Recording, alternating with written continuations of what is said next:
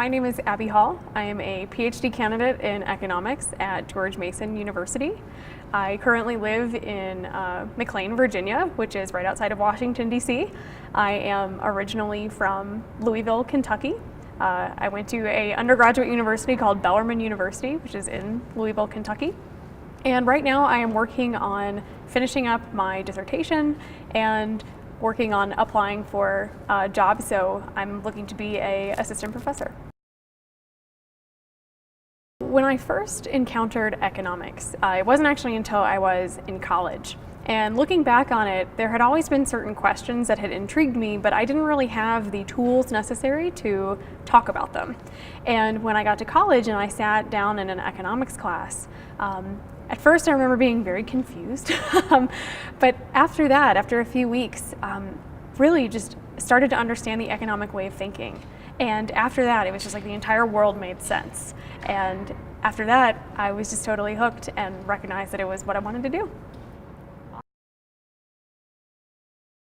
One resource, it would actually be an economics book called Economics in One Lesson by Henry Hazlitt. And I would think that in reading that book, probably a lot of people would have the same kind of experience that I would, in that a lot of different things would suddenly make sense. And I think it's something that's widely readable and largely enjoyable, and I think people will learn a lot that they can apply to their everyday life and also use to explain lots of bigger situations that they see in the world around them.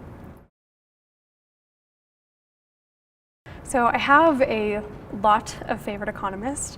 In terms of economists that I draw from fairly regularly, there's Robert Higgs, who is a senior fellow at the Independent Institute, Christopher Coyne, who's a professor at George Mason University, and P.T. Bauer, who is a development economist. James Buchanan, F.A. Hayek, those would also be some favorites, and I'd recommend absolutely reading them all. The talk today is looking at the militarization of police in the U.S. So historically, we've seen that there is a very stark contrast between what police are supposed to be doing and what the military are supposed to be doing. Over time, we've seen this distinction has eroded, and in particular, starting in the 1970s and onward, we start to see a very sharp blurring of these police and military functions. And so what this talk is doing today is using the tools of political economy and economics to explain the mechanisms really behind this transformation of our local police departments, and explaining how it is that we have seen this militarization, and also offering some then conclusions about what we can expect from future policy, and even maybe a little how we might be able to reverse this trend in the future. Awesome.